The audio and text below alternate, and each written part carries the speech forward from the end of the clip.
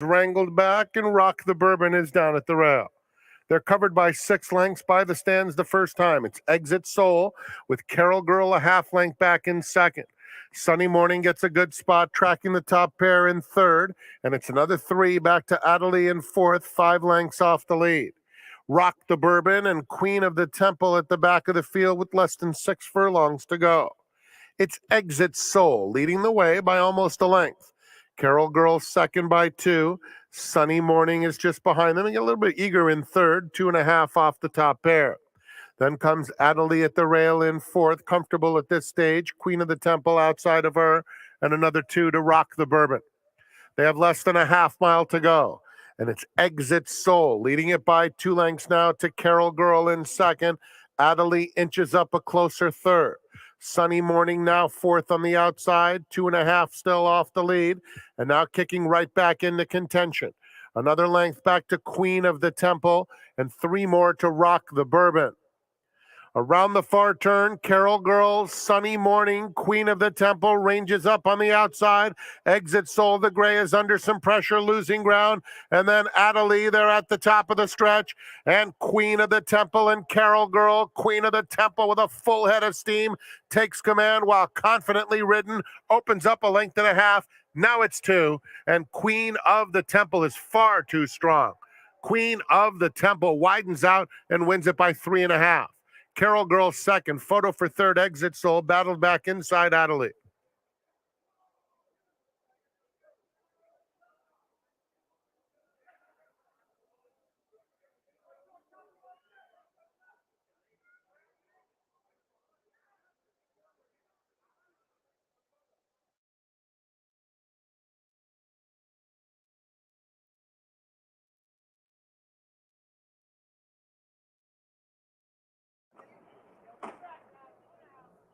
Magnificent Ride completes the lineup.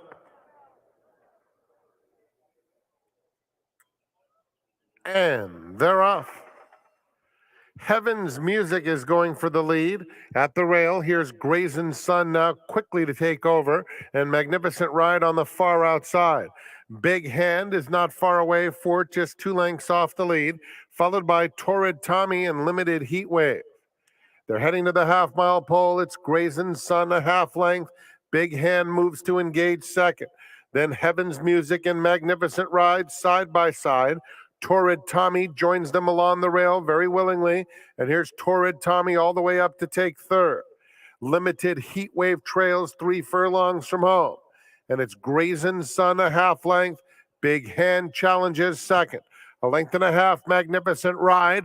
And Torrid Tommy rides the rail in fourth. Has about 2.5 to make up. Heaven's Music dropping back, and Limited Heat Wave turning for home, and Big Hand takes over. Torrid Tommy comes off the rail to try and chase. At the rail, Brazen Sun battles on. At the rail, it's Heaven's Music. They're inside the 8th pole, and Big Hand starts to open up.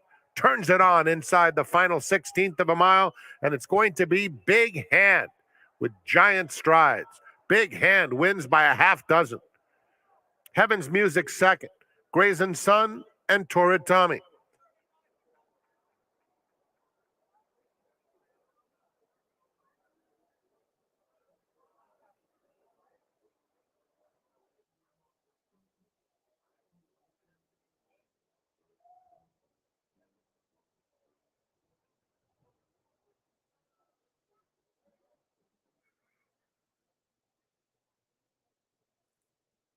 They're in the gate.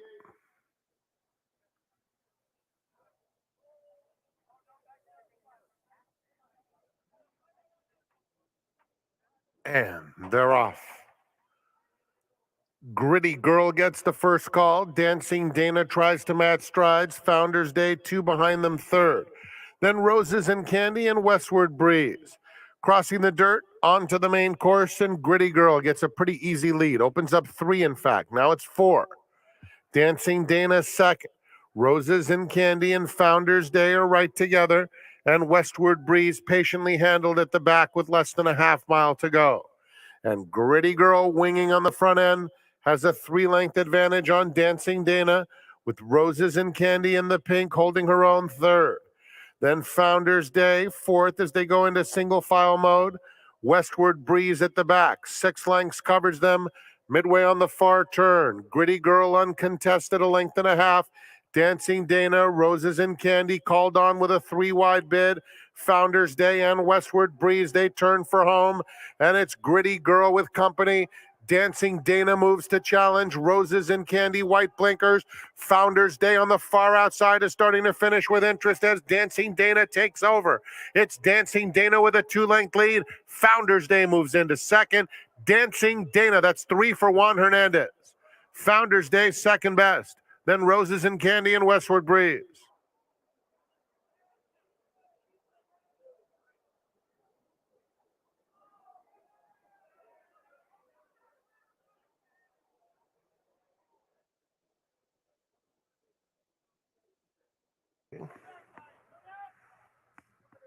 Mongolian Ford. And they're off. Bud Knight broke alertly, but now it's Papale coming through at the rail. Clampett and Mongolian Ford, 3 across the track. Bud Knight will settle in fourth, followed by Bright Leaf, Salto de Tigre, and one particular harbor at the back of the field. Papale takes him past the 7/8 pole with a 2-length advantage. Clampett is in second by the same margin. Mongolian Ford and Bud Knight side by side. Then it's Bright Leaf in fifth, 5 lengths off the lead, 3/4 to Salto de Tigre, and another 3 to one particular harbor. They're heading toward the 5/8 pole, and it's Papale in front and uncontested up top. Papale shows the way by 2. Clampett is in second. Bud Knight inches up a closer third with Mongolian Ford 3 wide and 3 off the leader. Bright Leaf and Salto de Tigre are next, and one particular harbor has trailed throughout. Papale heads into the far turn, maintaining a comfortable lead of a length and a half.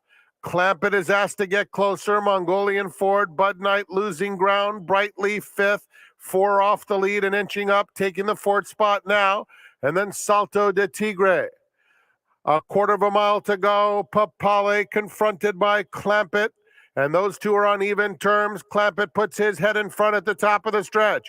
Papale is asked to counter in second. 4 more to Bright Leaf into third. They're in the final furlong, and it's Clampett in front. Papale not done, battling bravely, and Bright Leaf grinding away, 3 behind in third. Past the 16th pole, Clampett just in front of Papale, and it will be Clampett to win by a length. Papale gamely held second, Bright Leaf third. Then it was Bud Knight and Salto de Tigre to complete the super high five.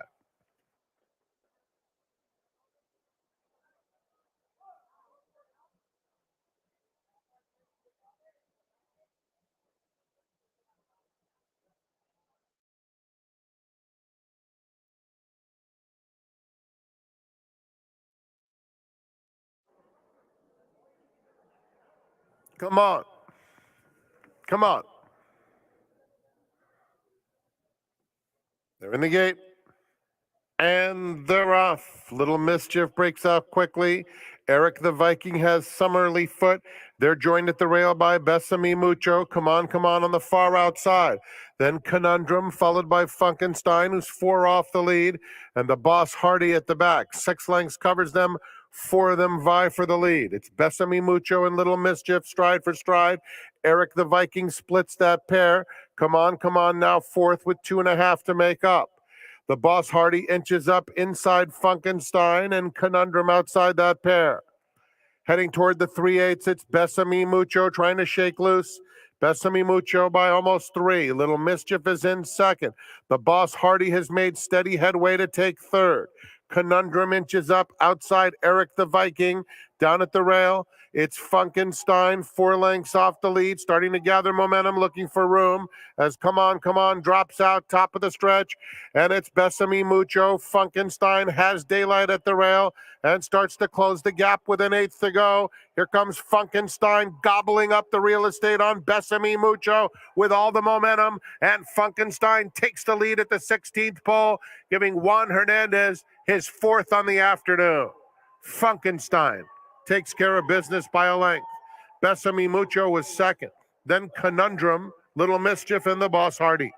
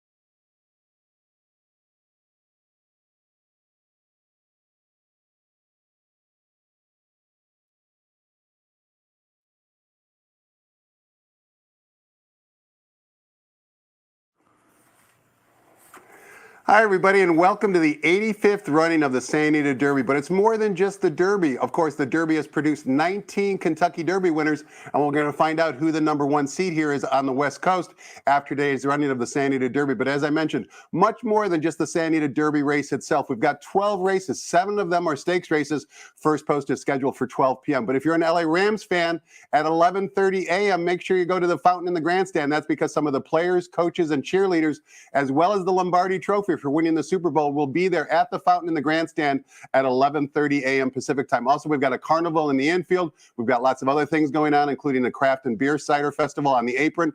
And if you're watching from home or not on track, you can actually still get involved. That's because there's a $1,500 tournament, live money on the races here at Santa Anita that you can either play on track or nationwide at expressbet.com. Have a lot of fun today. Get involved because not only can you win some money betting, but you can win some important prizes as well, including seats to the NHC, which will be held in Las Vegas next March. And the winner of that tournament walks away with a cool $750,000. As I mentioned, we've had 85 runnings of the Santa Anita Derby up to this point. Our guest today might have seen at least 84. He's the dean of the press box. His name, Jeff Siegel. Jeff, happy Santa Anita Day. Thank you. I actually remember the first Santa Anita Derby I ever saw was on television. And what was the first one you saw in person? The first one I saw in person was 1960. Tompion winning here, and I'll be up in the grandstand up there.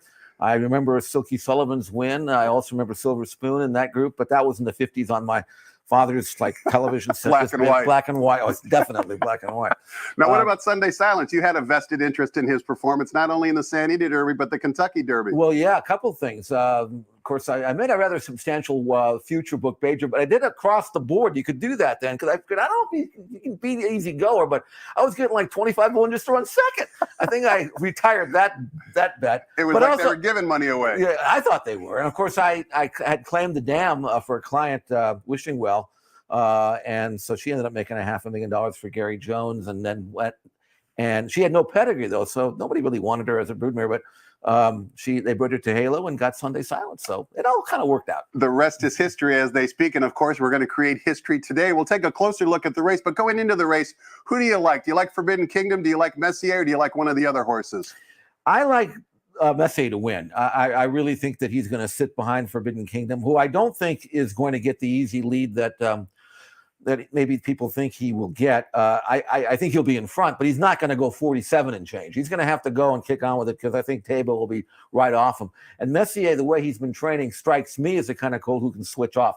Even though he won his last race on the lead, I think he can sit third or fourth just as easily. He actually beat Forbidden Kingdom from off the pace at was at Del Mar, but the fractions were real hot that day. I think Forbidden Kingdom is really good, and he better be respected. But I also think Messier, the way he's been training, is ready to step up into a different level. And like I mentioned, Jeff, it's more than just the Santa Anita Derby presented by Run Happy. It's also the Santa Anita Oaks. In my opinion, the Kentucky Oaks could be a better race than the Kentucky Derby, simply because we have so many talented 3-year-olds around the country. We've got Secret Oath, we've got Nest, we've got Echo Zulu, and of course here locally we've got Adair Manor. She's a magnificent looking Amazon type of filly. She's won her two-turn route races by double digits. I expect more of the same today at short odds. Are you a big fan of Adair Manor? Yes, I am, but I think she's going to have to do something different this time. I think she's going to have to come from slightly off the pace, because you've got a couple fillies inside that are committed to go. But I don't think it's going to matter. I think Adair Manor is fantastic, and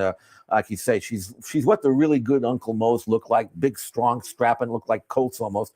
And after winning her last start in a gallop, she's been training unbelievably well since then. Does everything asked. Doesn't run off. Just, if you want to go fast, she can go fast. If she wants to go slow, she'll go slow. Kind of a push button filly. So I'm expecting her to win this race. And then you mentioned the Kentucky Oaks. That is going to be one salty race. There are some terrific fillies out there. And Adair Manor, I think, at this stage of the game, doesn't have to take a back seat to anybody, but I think she has to go out and prove that today, and I think she will. We're going to have 12 winners on today's card, but we've also got winners represented in the grandstand at the fountain in the Kingsbury Garden, Jeff. The LA Rams are here visiting for the day at the Great Race Place, and of course their coaching staff, some of their players, their cheerleaders, and the Lombardi Trophy will be on display right here at the Great Race Place. I'm sure you're an LA Rams fan. You're a native of Los Angeles. They left us for a while. They came back. But what an exciting season they had. Season ticket holder since 2016 when they came back. Saw my first Ram game in 1958 at the Coliseum. I said, this is fun. I think I'll go back. Yeah, and it was a Rams season ticket holder actually in Anaheim before they left. So, yes, if we're going to be done by 11:30, I'm going out there. I can promise you that because I'm a huge Ram fan for sure. I didn't go to the Super Bowl because I have, my financial limits. But other than that, I was thrilled with what happened this year, and I'm going to make a prediction. Okay, please do. You got to make 12 as it is, so make a 13th. Next year's Super Bowl, the Rams and the Chargers. No pressure, right? You're looking for maybe the daily double? They are both going to be great next year. I mean, especially the Chargers, but I think they'll both meet. I wished it was here, but I think it's in Phoenix somewhere? Yes, it is. It is. Right. It's in Glendale, Arizona. So you're already predicting a matchup. I'm already predicting Rams and It's all Southern California. It's all Southern California. Now, of course, the Rams and the Chargers both play at the esteemed grounds of Hollywood Park, which is now called SoFi Stadium. Do you have any hesitancy walking into SoFi Stadium to watch some of the games? Do you have flashbacks of some memories at Hollywood Park? Actually, I park right near where my old office used to be. I kind of figured it out thanks to Google Earth, where they superimposed the grandstand on the top of the stadium. Right.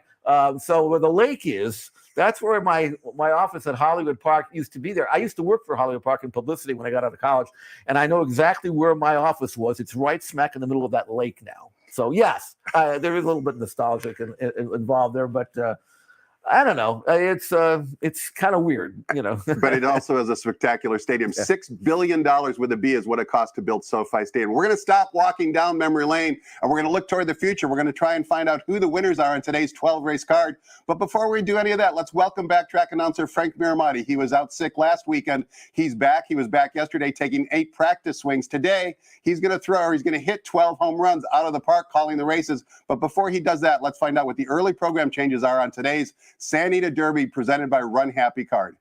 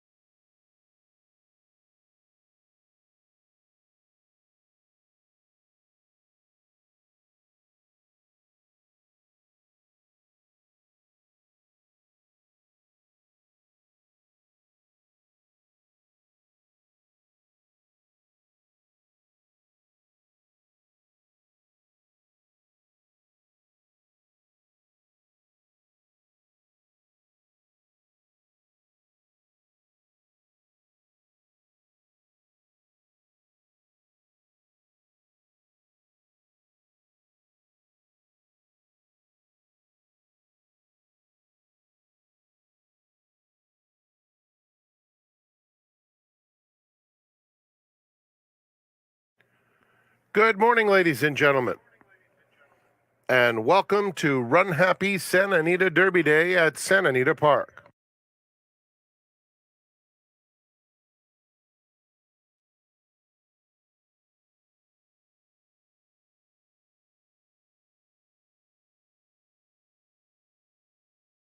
The track is fast and the turf course is firm. The rail on the turf is at 0 feet. Here are the early changes. There are no changes in the first, the Grade 2 Monrovia Stakes, and start of the early pick 5. Second race is the beginning of the early pick 4. No scratches or jockey changes. We have blinker notes in race number 3. The fourth is the Grade 2 Santa Anita Oaks. No changes in race 4. The fifth race is the Providencia Stakes, Grade 3 event presented by the Thoroughbred Aftercare Alliance. No changes in race 5. Be advised that we will have a middle pick 4 today. A middle pick 4 starts with the 6th race, the Grade 1 Run Happy Santa Anita Derby. Just the blinker note. In the 7th race, the Grade 2 Royal Heroine Stakes, we start the Rainbow 6. There is a jackpot carryover of $236,000. Scratch number 4, Park Avenue.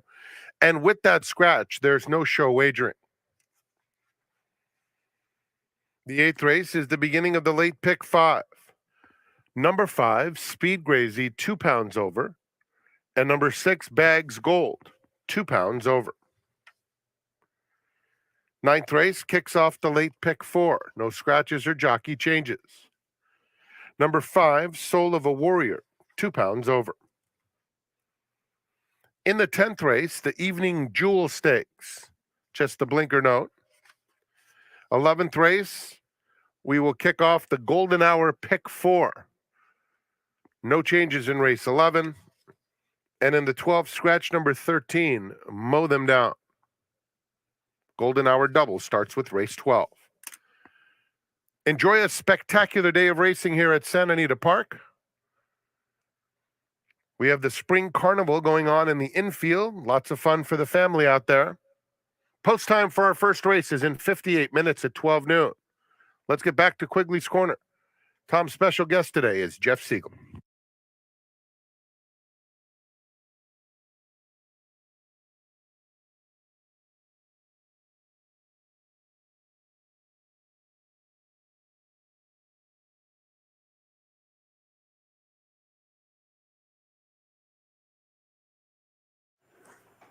Welcome back. We're talking horses with Jeff Siegel. He is the dean of the press box. He's got an esteemed resume here in the sport of horse racing. It's our pleasure to have him today. And of course, we have to go at a fast pace here, Jeff, because we got 12 races to cover in approximately 27 minutes. So let's kick things off in race number 1. We're coming down the beautiful Hillside Turf Course. It's the Grade 2 Monrovia Stakes for fillies and mares. The rails today are at 0 feet. And of course, race 1 begins the popular 50-cent early pick 5. We've got a field of 6. The morning line favorite in the current betting choice is number 1, Alice Marble. 3-2 on the board right now. This is one of 4 morning line favorites going to be saddled by Phil D'Amato on today's card. Thumbs up or thumbs down on the favorite in race 1, Jeff? I like her, but I like Toby's Heart slightly better, but I would use them both if you're talking about, the rolling exotics. Toby's Heart, if you look at her form, she's basically most effective as a late-running turf sprinter, and she's had 5 starts with 4 wins. Like, they keep throwing route races in there to sprinkle it up, but I think Brian Lynch has kind of figured out that she wants to run short, and this is an ideal spot for her, 6.5 down the hill. I think this is a race they've been pointing for. But having said that, Alice Marble is really getting good. She won the Wishing Well last time out, and she's come back and trained up unbelievably well, better than I've ever seen her. So that's the race. Alice Marble, maybe a little bit more tactical speed. Toby's Heart, prototype late running sprinter. I think they'll come together sometime in the when the last furlong. May the best filly win. I'm going to go with Toby's Heart slightly, very slightly over Alice Marble. Jeff, what do you do with number 3, Brooke Marie, another invader from the fairgrounds, and certainly comes out of a relatively live race? The winner came back to win the Mardi Gras Stakes at Fairgrounds on March 1st. Drew the rail that particular day, did Brooke Marie. She seems to be a nice sprinter as well. Can she compete with the inside too? Yeah, she can. I mean, I don't want to go 3 deep in a 5-horse field, but yeah, she's here for the same reason that Toby's Heart is. This is the kind of race, a turf sprint, that she excels at, and Eddie Keneally is just trying to pick off a nice spot. It's a great graded stake, nothing wrong with that. She has the ability to lay fairly close, maybe a little closer than the other 2. I think Brooke Marie won really well. I'm just thinking the other 2 are a cut above. And number 1, Alice Marble, who is Jeff's second choice. Take note of the pedigree. Full sister to Enola Gray, also owned by Nick Alexander and trained by Phil D'Amato. Certainly the pedigree is there for Alice Marble to continue that upward ascent that we've seen lately. Race number 2 is another stakes race on the card. It's the Echo Eddie Stakes for Calbred 3-year-olds, sprinting 6.5 furlongs in the main track. Also, race number 2 begins the 50-cent early pick 4. We've got a good field of 5, and number 4, Smuggler's Run from the Richie Baltus barn, is the 6-5 morning line favorite. Compact field, but a competitive field also. Well, he should win Smuggler's Run, and the reason why is he broke his maiden first time out on the dirt and ran really well. And then he found 3 grass races, and he ran well, on 2 of them. I mean, there's nothing wrong with those races, but he got beat at 4-5 last time out, and got beat on the square. I think back on the dirt, he's by a horse who was basically a dirt horse when he ran straight fire. And an up-and-coming sire. Yeah, very fast 2-year-old. Remember him down at Del Mar. I think he's going to appreciate the switch back to the main track here. The pace scenario looks okay. Moose Mitchell is going to be part of that pace. Now he, on the other hand, might be better on turf. So I think that's maybe the difference. Moose Mitchell last time out won an allowance race, but it wasn't a real strong race, I didn't think. I think Smuggler's Run is maybe a little bit better on the dirt, so I'll give him the edge. Smuggler's Run over Moose Mitchell in the Echo Eddie. Pretty good Calbred race, $150,000 purse for 3-year-olds. It pays to own Calbred, that's for sure. Number 4, Smuggler's Run, Jeff's top selection in the race. You can see ran against Open last time, now drops back in against Calbreds. Race number 3, where 1 mile on the turf course is the distance. For fillies and mares, $25,000 is the claiming tag. If I didn't mention it in the opening, the rails are at 0 feet. We've got a field of 8. Morning line favorite number 6, Pastrella from the Doug O'Neill barn, 2-1 on John White's morning line. Blinkers go on. Juan Hernandez had 4 wins on yesterday's card. You expect him to get a win here, Jeff? I'm picking her on top for sure. I'm not sure I trust her. 7 starts, no wins over this course. Beaten at 3-5 last time out in a similar spot. Had some trouble. I think, Doug's trying to wake her up a little bit and put the blinkers on. Maybe that'll help. Switch to Hernandez is always a good thing. With Pratt out of town, at least for a while, maybe forever. I don't know. But Estrella to me looks like she should run well. She doesn't have a lot of tactical speed. Maybe the blinkers will put her in the race a little bit more. Rapid Transit is the front running, the controlling speed. She won under these conditions 2 races back at this course. And again, if she's not pressured early, she could take this field a long way. But it's basically that's it. Estrella from off the pace trying to avoid trouble and maybe trying to, finally break through with a win, and then Rapid Transit, who will certainly try gate-to-wire tactics. 65 is going to be the exact order of finish in race number 3, so says Jeff Siegel. Let's take a look at race number 4. One of the many races I'm looking forward to on today's card is the Grade 2 Sandy Oaks $400,000 guaranteed purse for 3-year-old fillies traveling the distance of 1 mile and 1/16 on the main track. All eyes will be on the 3-5 morning line favorite, number 5, Adair Maynard, now trained by Tim Yachtiden, ridden by Johnny V. To me, it's her race to lose. I just want to see how spectacular she might be in victory leading into the Kentucky Oaks. That's it. It's not so much watching her to win, because we expect her to do that. But sometimes you win, but you really lose because you don't run as well as you think you should. I've had horses win and be disappointed and go to the winner's circle and not look happy and say, "Hey, what happened? You won." I said, "Yeah, but that might be the last race that horse ever wins." The way you just won. So sometimes you can win and really lose, and sometimes you can lose and you can really win. I hope Adair Maynard wins in such a style that she represents us very nicely in the Kentucky Oaks.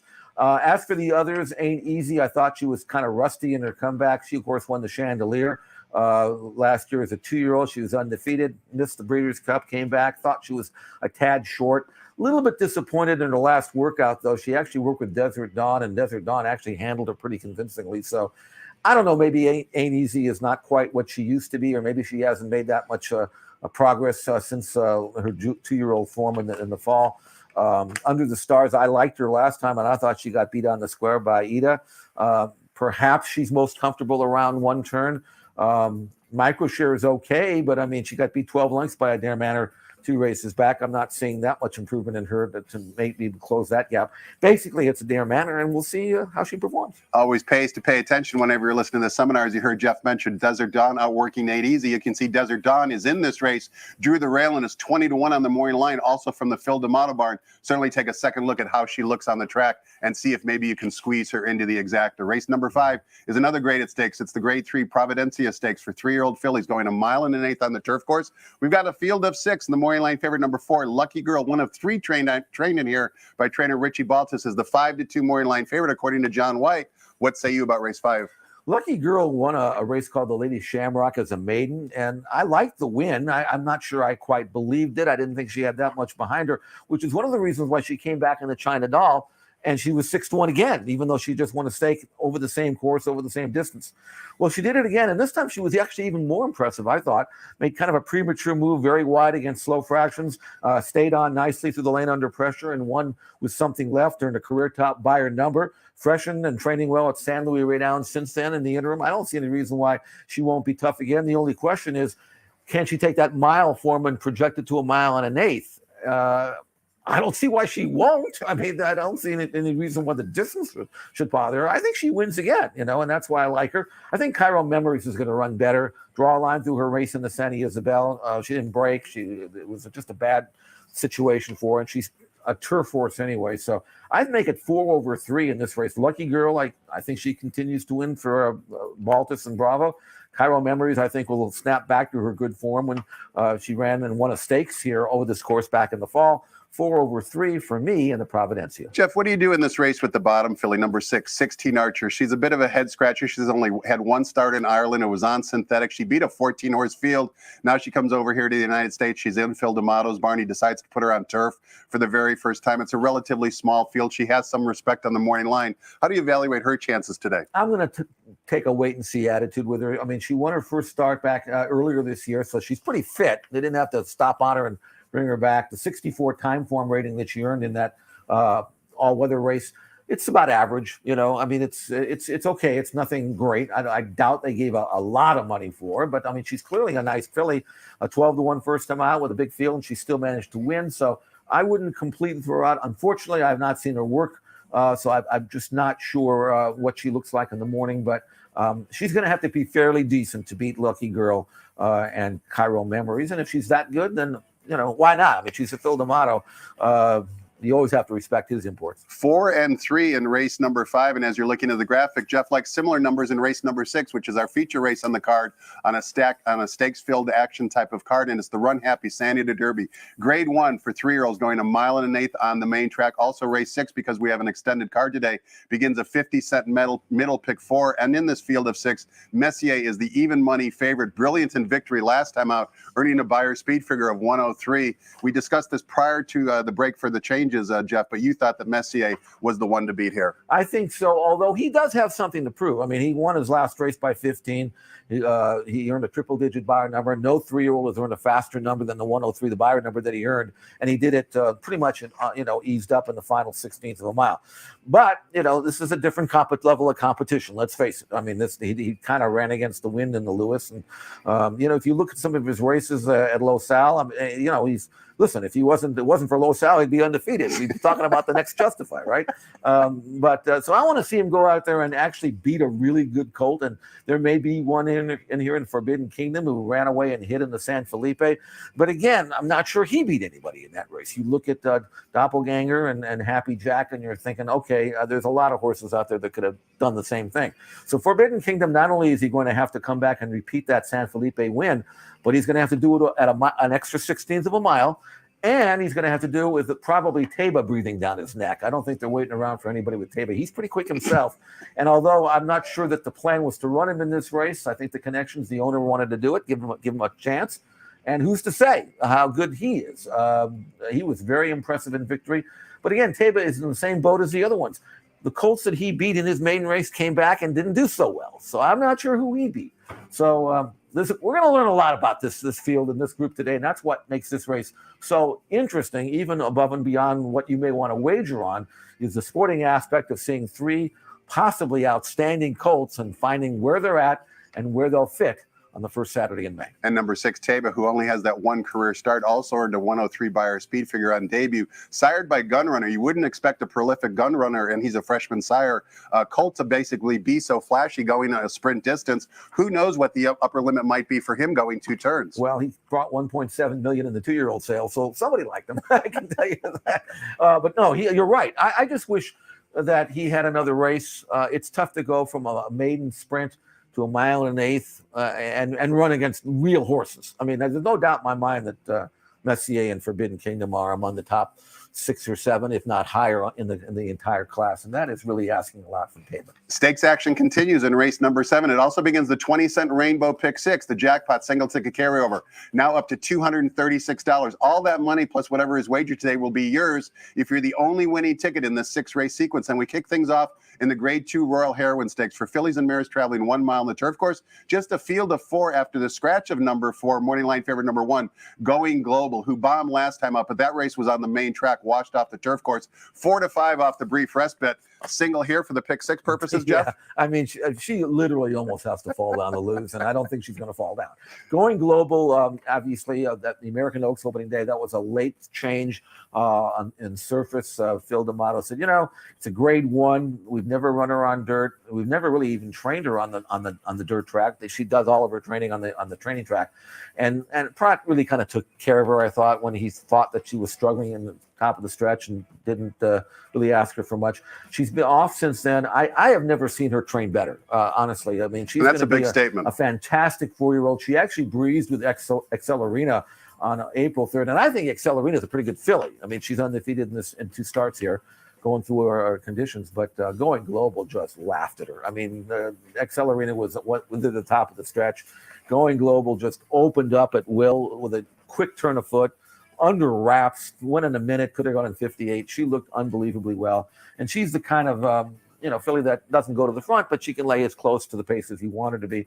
And without the pace that are in here, Park Avenue, they are probably going to be walking the first part, but it's not going to bother Going Global. She is going to be, in my opinion, one of the very best middle distance turf fillies in the country this year. And this is a good starting point for her. And Going Global, undefeated on the San Anita Turf Course, 4 for 4 in her brief career. Race number 8 begins the 50-cent late pick 5. We're sprinting 6 furlongs on the main track. This race is also named in honor of the Super Bowl champions, Los Angeles Rams. You'll see them in the winner's circle after race number 8. Maiden Claiming Calibreds in for a $50,000 claiming tag. This is where the races kind of get juicy from a handicapping standpoint, Jeff. We've got a good field of 12 here. Lukewarm morning line favorite number 8, Poseidon's Kid, once again from the Phil D'Amato barn, ridden by the new jock in town, Ramon Vasquez, 7-2 on the morning line. But there are a lot of different ways you can go in this race. Which way you going? Well, it's a spread race because you talk about maiden claimers and you got a lot of question marks here.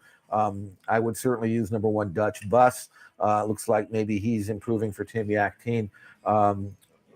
Poseidon's Kid showed a little bit of talent last year. Maybe he comes back a little bit better. But the one that catches my eye here is the first-time starter, number 7, Economical, for Sean McCarthy. And a big 12-1 on the morning line. He's better than that. I mean, he has a gate work, which you can see at xbtv.com, and where he was really never asked at all. It was the gate work 101 and 3. And I like the way, he was moving and traveling, even though he was kind of breezing throughout. He was going steady. And he galloped out really well after being eased up. He had a lot more left in the tank, galloping past the wire and with, just looking like a little bit better grade of horse than your normal maiden claimer, So a 12-1 in the morning line, if you're going to spread this race, you had better use number 7, Economical. I think he will outrun his odds. And Sean McCarthy, good horseman. He doesn't usually work his horses or his maidens fast. He lets them do it in the afternoon. So what you get in the morning, you're probably going to get a little bit better in the afternoon. And I think Economical has a very good chance to be competitive in a race like this. I think he's well spotted. And I think at 12-1, you have to use him. Big prices in race number 8 to kick off the 50-cent late pick 5. Jeff likes number 7, Economical, at 12-1 on the morning line. His second choice, Dutch Bus, 6-1 on the morning line. Certainly looks like a race you should definitely get involved in. Race number 9 begins the 50-cent late pick 4. Sprinting 6 furlongs on the turf course for maiden special weight, fillies and mares. A field of 9. Morning line favorite number 4, Snark from the Era Cruel Jack barn, 5-2 on the morning line. Another difficult race to handicap for me, Jeff. What were your thoughts on this race? Well, I looked at Snark, and she did run better on the grass than she did prior to that. I mean, she was 40 cents in the dollar 2 races back and got beat 11 lengths. And but Eric Crueljack put her on the grass, and she ran well, although I don't think it was a great race. It was kind of a slowish kind of race. So while I would definitely use her, the one that I looked at is Granola Girl. She routed last time out and was right there and kind of lost her punch. Pretty good race, though, I thought. Luthera is in the stake today. Ray Moon is a little bit better than average maiden. So she's back sprinting, and I think Granola Girl might be most comfortable as a late running sprinter, stalking sprinter. And while her form before this didn't show all that much, she's been facing better than she's facing here. So I think against this group, I think Rispoli will have her somewhere in the second flight and then let her run the last quarter, and hopefully she gets up in time. So I make it Granola Girl, number 2 over number 4, Snark. Jeff, we haven't had time because we're rattling through all these races to basically promote the work you do for San Anita. And one of the things you do is you provide a race-by-race analysis every single racing day on the San Anita Park website, absolutely free of charge. And I know it's a labor of love because not only do you put pen to paper and give out your thoughts of who you like, but you also watch all the replays, you also watch all the workouts, and a lot of that information that you're looking at to come to your final conclusion are embedded within the report itself. Talk to us a little bit about the work you do for sanita.com. Well, one of the things I do, I try to do is, obviously make the selections, but also present a wagering strategy and also talk about and write about the workouts, but also provide a link to the workout. So I can tell you about a workout. I can analyze it. You can watch it yourself and say, what is he looking at? I mean, or that was great, or that wasn't very good. Make your own decision. So I'll give you the link. And it's more of an educational thing, whereas you can see how horses work and come to your own conclusions. So we do that. Again, it's a guide. I don't necessarily expect anybody or want anybody to follow exactly what I'm saying you should do. Incorporate your own thoughts and evaluations, and maybe use what I have to say as part of what you're going to do, and hopefully it all works out. But it is free. It's on the website, santanita.com. You can also get it at xbtv.com in my blog, and also at expressbet.com. It's usually uploaded the night before, and it's there for you. The most important 4 letters in the English language, FREE, free of charge. You'll become a better handicapper just by reading Jeff's analysis. As he mentioned, you don't have to believe everything he writes, but you can certainly watch everything he has links to, and it'll make your handicapping process a lot less easier. Race number 10 is another stakes race on the card. It's the evening jewel for Calbred, 3-year-old fillies, sprinting 6.5 furlongs in the main track, a field of 9. Number 2, Connie Swingle, coming back off a September 2021 layoff for Phil D'Amato, is the 9-5 morning line favorite. Phil's got a few in here. Give us your thoughts on race 10, Jeff. Well, we have this work on xbtv.com. I linked it on my handicapping analysis. That was a 59 flat gate work on April 3rd that Connie Swingle turned in, and she was really impressive that day. Not so much that she showed a lot of speed, because they weren't asking her to show that much in the gate work, just get the rust off type of gate work, but she finished very well. She looked to me like she was absolutely dead fit, and if you look at her form, she was a maiden winner at Del Mar, came back and easily won the generous portion. She likes to stalk, pounce, and go, which was perfect for 6.5. So I think Connie Swingle is a good thing here. If you want to use a couple in the exotics, Professor's Pride, undefeated in 2 starts on dirt. Then her last 2 races were on grass, one of which was going long, and then last time going down the hill. So she's back with Cowboys, back on the dirt for Eddie Truman, I should say. And I think Professor's Pride will run better here. And I like the way Everly's Girl won her maiden. I thought she looked pretty good, getting loose on lead and keeping on going for Brian Corner. I expect her that she's probably the quickest of the quick, and she might take them a long way. So for me, Connie Swingle, clearly the one to beat. But for backups, if you want to go that route, you can maybe have a ticket or 2, including Professor's Pride. That's number 6. And also number 8, Everly's Girl. And if you take a look at that workout free of charge on xbtv.com that Jeff referred to, of Connie Swingle back on April 3rd, there was actually a team drill with Poseidon's Kid, who we touched upon in race number 8, who's going off as the morning line favorite. You can watch both horses work in company on April 3rd and make evaluations for yourself. Race number 11 begins the $1 Golden Hour Pick 4. If you're not familiar with that wager, it links the last 2 races here at Santa Anita with the last 2 races at Golden Gate. Higher minimum, lower takeout always means better payouts. And we kick things off once again coming down the hillside. 6.5 furlongs in the turf course for non-winners of 2 other than allowance optional claiming types. A full field of 11 here. Lukewarm morning line favorite, fresh off the victory for trainer Dan Blacker's number 7. Burning Turf, 4-1 on the morning line. This is a really, really good betting race, Jeff. It really is. And Burning Turf is interesting. 11 starts. First 10 of the starts of his life, he was routed 2 turns.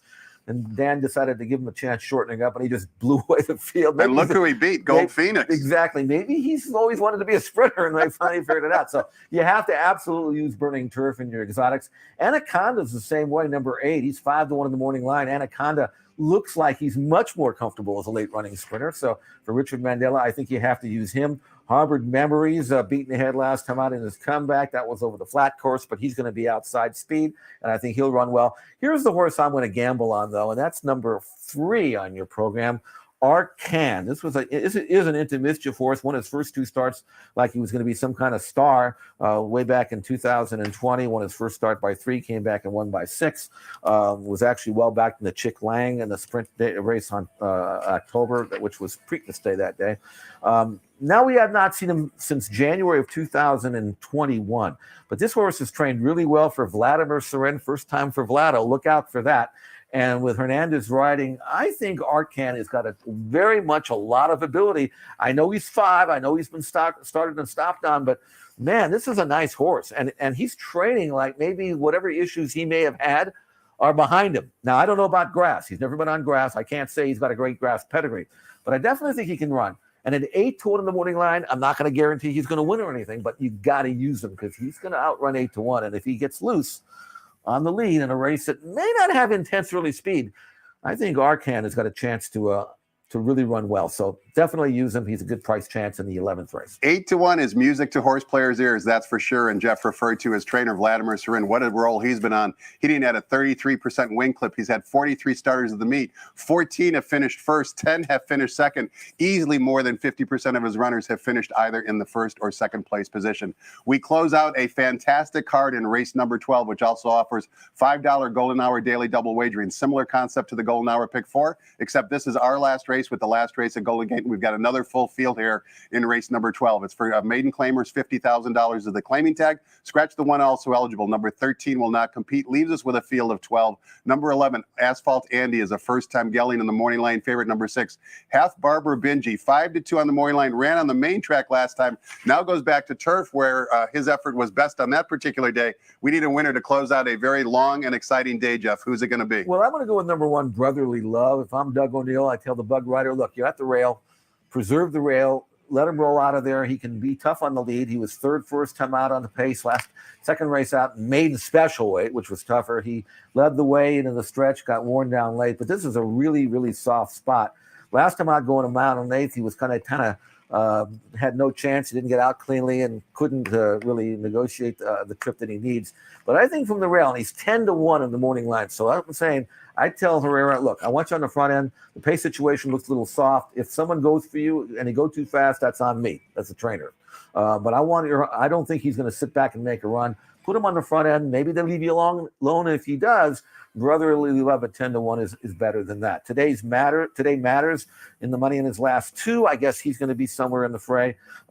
You can make a case for a number of these horses. And again, you get to this far, I hope you're alive. I hope you've spread the race. It's that kind of race. But it'll be exciting if we can get close to the 12th race alive and then have a 10-1 morning line shot. Brotherly Love maybe make this whole day worthwhile. Jeff's selection in the last race, race number 12, is number 1. Easy to remember because, Jeff, you're always number 1 in our book. Thank you so much for your time and insight today.